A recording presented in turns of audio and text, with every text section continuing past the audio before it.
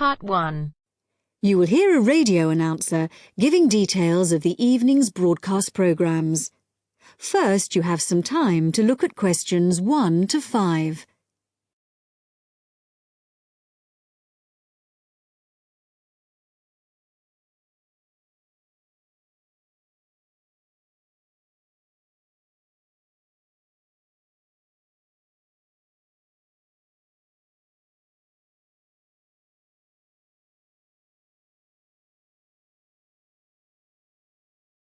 Now listen carefully and answer questions 1 to 5.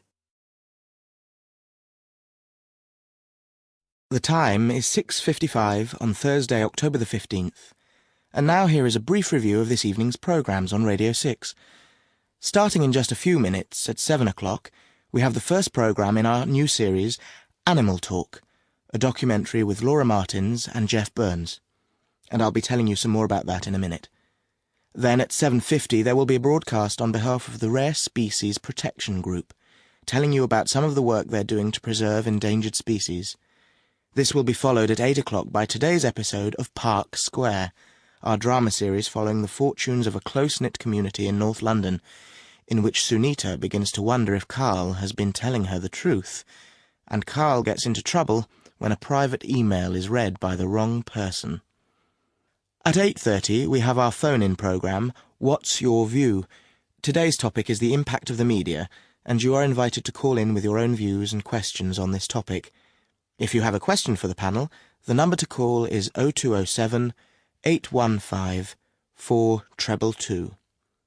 This will be followed at 9 o'clock by News and Weather, and then at the new time of 9:20 we have our Book of the Week, read by Graham Stanish. This week's book is a collection of Rudyard Kipling's Just So stories, which the author wrote for his children at the beginning of the 20th century, and which are now enjoyed by children and adults alike. This evening's story, entitled How the First Letter Was Written, is an imaginary account of the events that led to the invention of writing, involving a young girl called Taffy, and a series of misunderstandings that arise when Taffy sends the first written message in the history of the world. Before you hear the rest of the talk, you have some time to look at questions 6 to 10.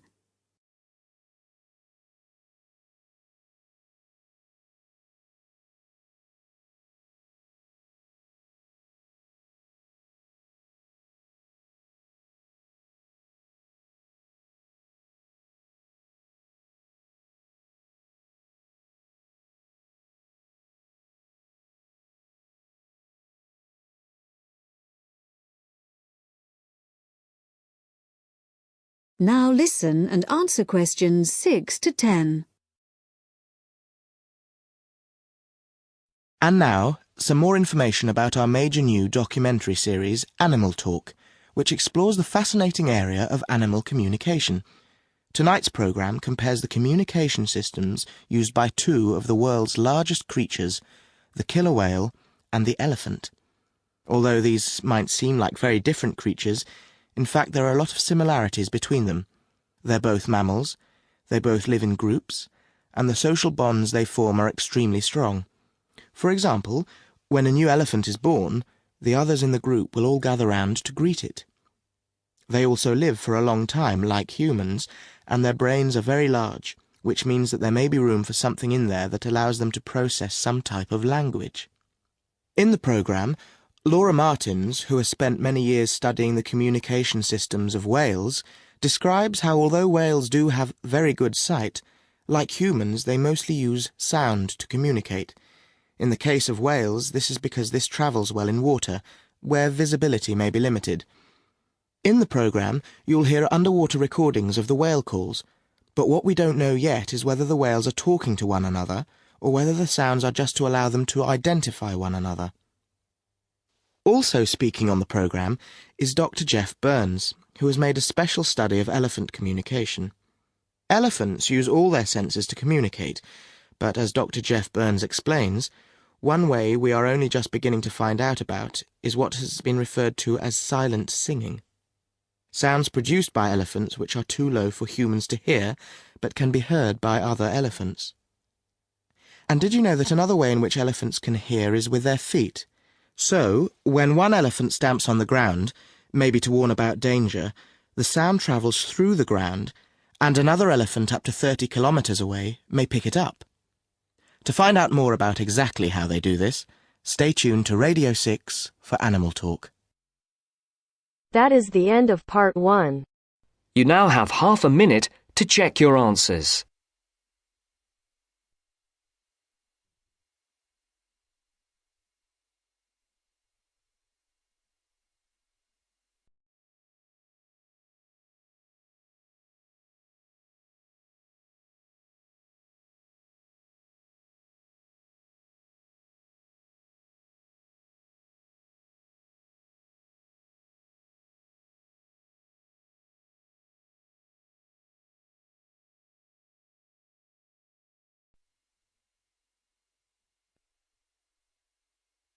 Now turns to part 2. Part 2. You will hear an extract from a talk about employment interviews. First, you have some time to look at questions 11 to 14.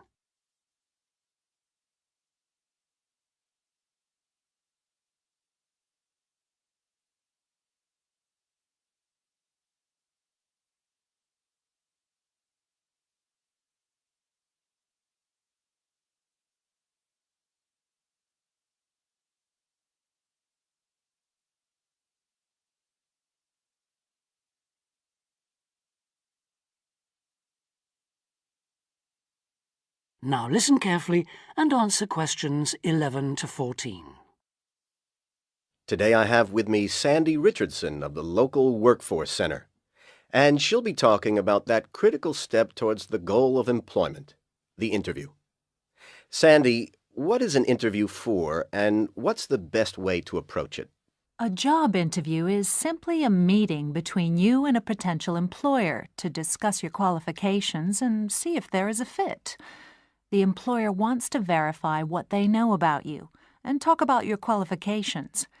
If you have been called for an interview, you can assume that the employer is interested in you. The employer has a need that you may be able to meet, so it's your goal to identify that need and convince the employer that you're the one for the job. As everyone knows, interviews can be stressful, but when you're well prepared, there's no reason to panic. Preparation is the key to success in a job search, and you can begin by collecting together all the documents you may need for the interview, such as extra copies of your resume, lists of references, and letters of recommendation. You could also take some work samples, selecting from what you have designed, drawn, or written, for instance. And make sure you have a pen and pad of paper for taking notes. The next step is to find out about the post. The more you know about the job, the employer, and the industry, the better prepared you will be to target your qualifications. Always request a job description from the employer and research employer profiles at the Chamber of Commerce or local library. You could also try to network with people who work for the company or with employees of companies associated with it. The next step is to match your qualifications to the requirements of the job. A good approach is to write out your qualifications along with the job requirements. Think about some standard interview questions and how you might respond. Most questions are designed to find out more about you, your qualifications, or to test your reactions in a given situation. If you don't have any experience or skills in a required area, think about how you might compensate for those deficiencies. Before you hear the rest of the talk, you have some time to look at questions 15 to 20.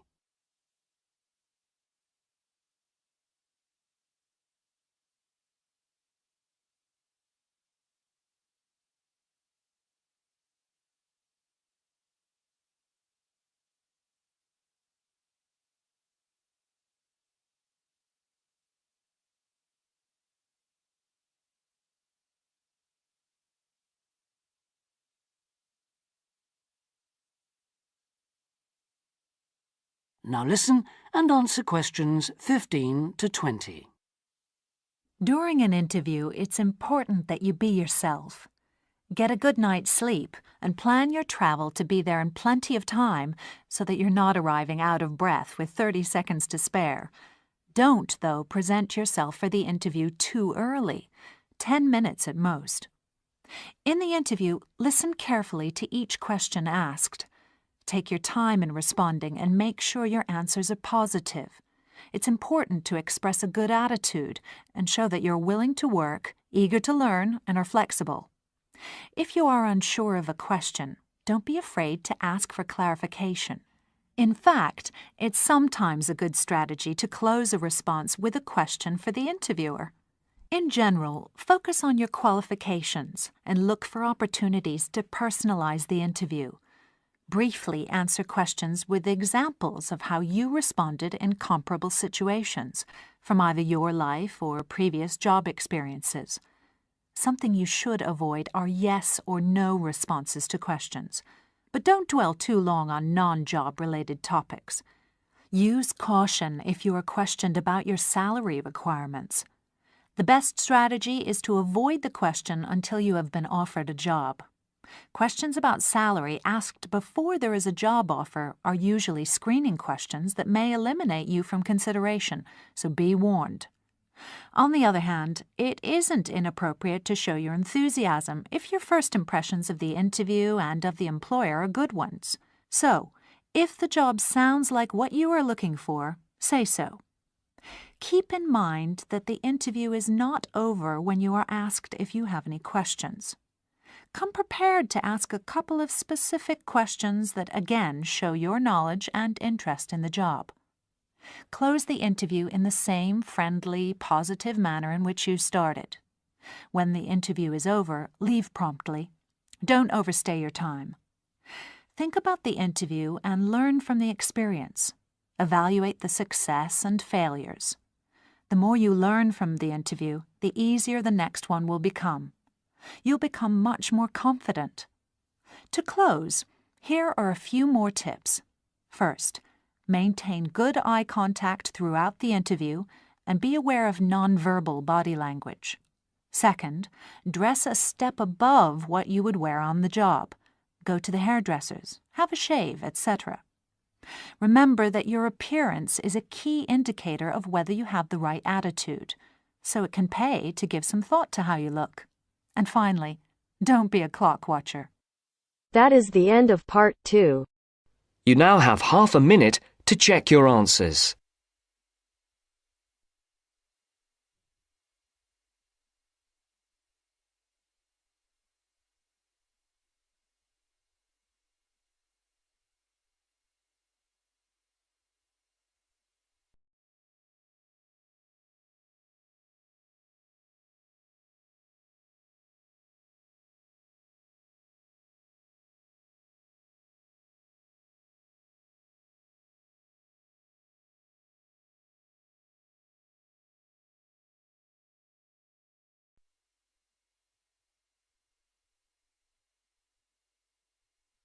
Now turns to part 3.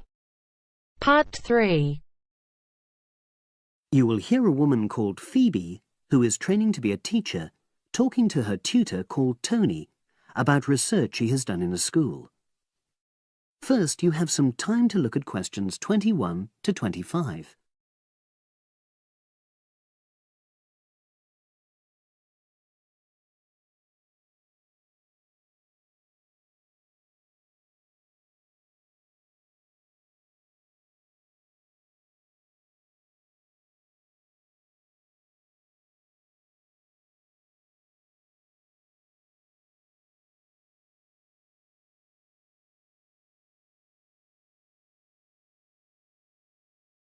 Now listen and answer questions 21 to 25.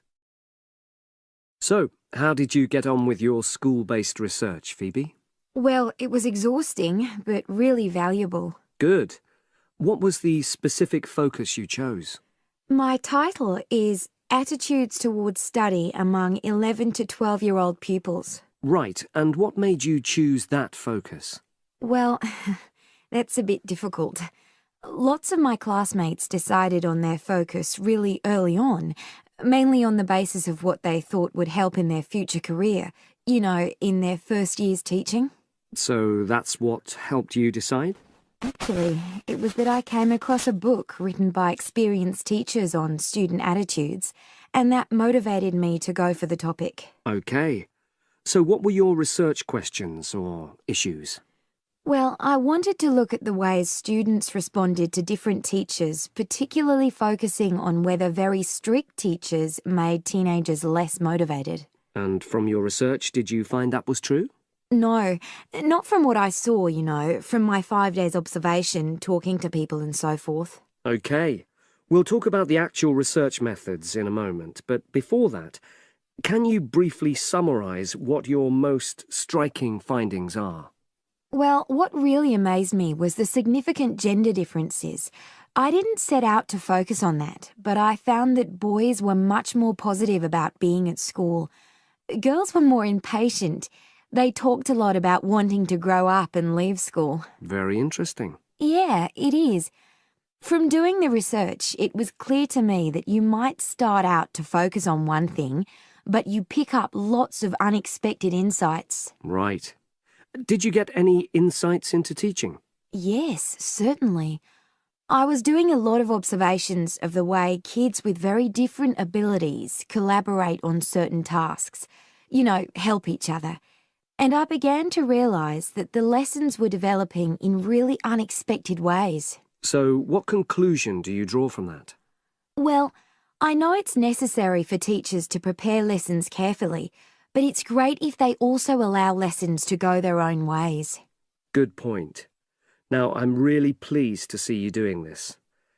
Analysing and drawing conclusions based on data. But surely this isn't proper data. Because it's derived from such small-scale research.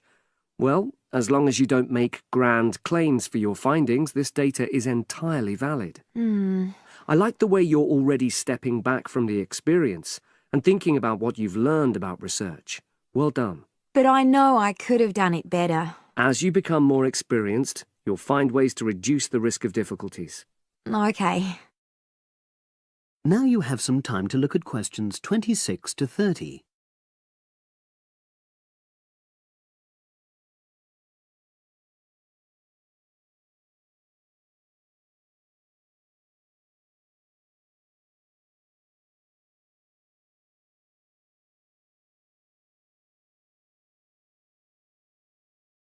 Now listen and answer questions 26 to 30. So, let's look in more detail at how you gathered your data. Let's start with lesson observation. Well, it generally went quite smoothly. I chose my focus and designed my checklist. Then teachers allowed me into their classes without any problems, which surprised me. It was afterwards that the grueling work started. Yeah, it's very time-consuming, isn't it? Making sense of analysing your observation notes. Absolutely. Much more so than interview data, for example. That was relatively easy to process, though I wanted to make sure I used a high-quality recorder to make transcription easier. And I had to wait until one became available. Right. And did you interview some kids as well? In the end, yes. I talked to 10, and they were great. I'd imagined I'd be bored listening to them, but... So it was easy to concentrate? Sure. One of the teachers was a bit worried about the ethics, you know, whether it was right to interview young pupils, and it took a while for him to agree to let me talk to 3 of the kids in his class, but he relented in the end. Good. What other methods did you use? I experimented with questionnaires, but I really regret that now. I decided to share the work with another student, but we had such different agendas it ended up taking twice as long. That's a shame. It might be worth you reflecting on ways you might improve on that for future projects. You're right, yeah. OK. And the other thing I did was stills photography. I didn't take as many pictures as I'd hoped to. Lack of time? It's pretty easy just snapping away, but I wanted each snap to have a purpose, you know, that would contribute to my research aims, and I found that difficult. Well, that's understandable, but remember...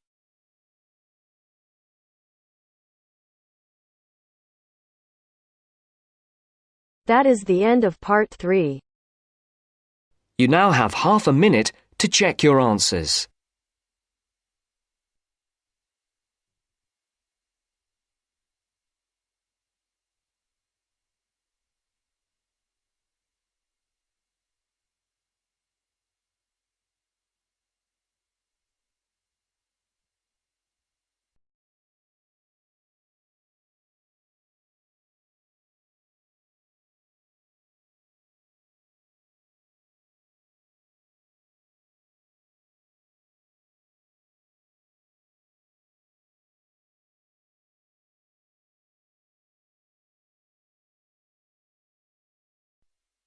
Now turns to part 4. Part 4. Now listen to the second part of the lecture. As you listen, complete the notes below. First, you have some time to look at questions 31 to 40.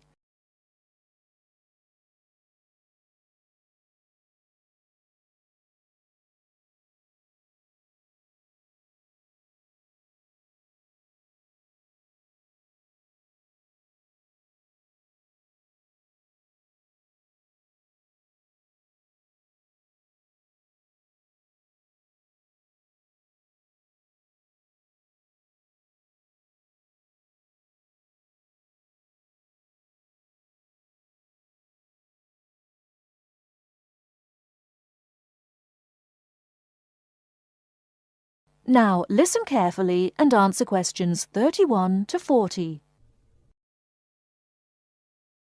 Many typically American characteristics, individualism, self-reliance, informality, punctuality, and directness, are a result of those values mentioned earlier. Other national traits could also be identified, however. 1. Americans cooperate. Although often competitive, Americans also have a good sense of teamwork and cooperate with others to achieve a goal. 2. Americans are friendly, but in their own way. In general, friendships among Americans tend to be shorter and more casual than friendships among people from other cultures. This has something to do with American mobility and the fact that Americans do not like to be dependent on other people.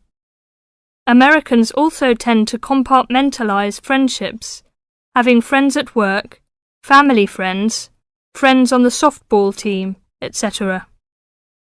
3. Americans ask a lot of questions, some of which may to you seem pointless, uninformed, or elementary. Someone you have just met may ask you very personal questions. No impertinence is intended. The questions usually grow out of a genuine interest. 4. Americans tend to be internationally naive. Many Americans are not very knowledgeable about international geography or world affairs. They may ask uninformed questions about current events and may display ignorance of world geography.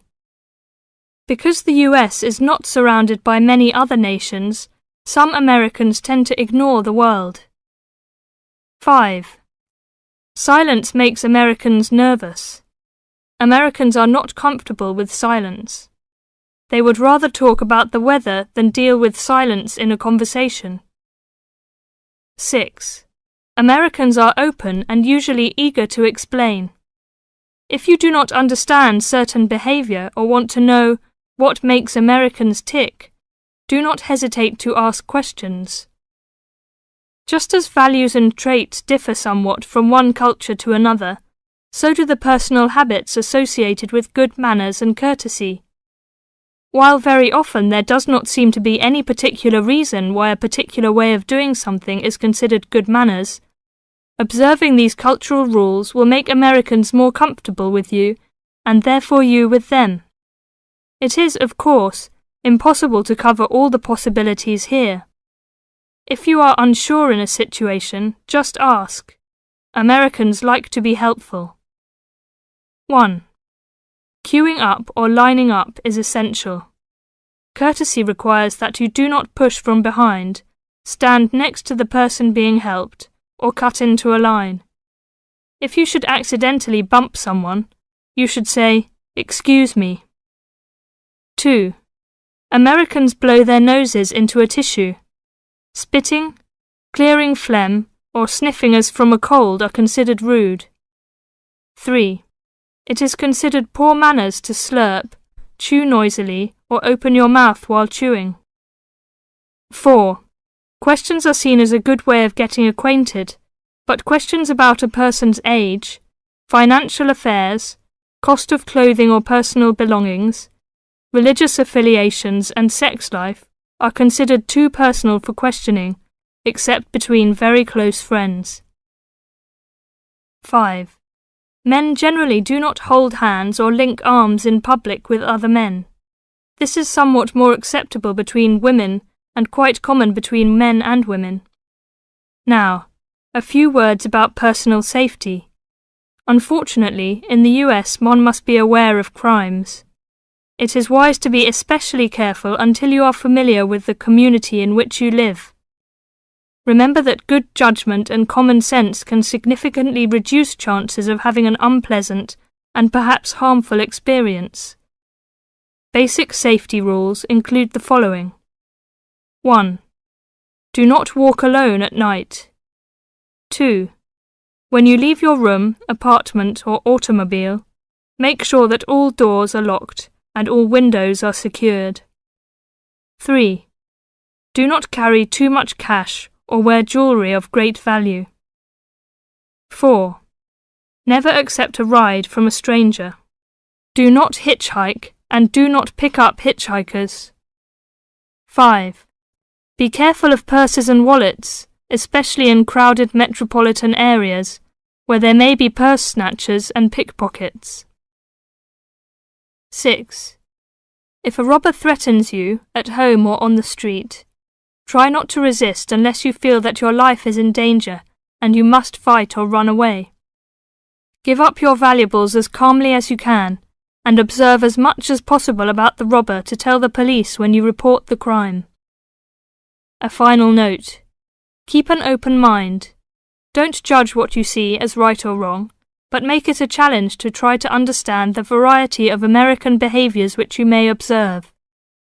You certainly do not have to participate in something you disagree with, but you can try to understand it. This will help you build an attitude of intelligent and liberated respect for cultures, both your own and others.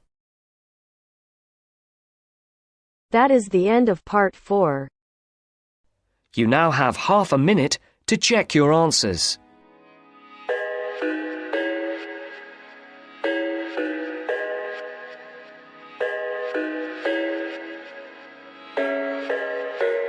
I thought I had it figured out, believed in us, we were meant to be, no doubt. A teenage love, everybody else could see the way we were, living in a fantasy. But when I kiss her, I don't know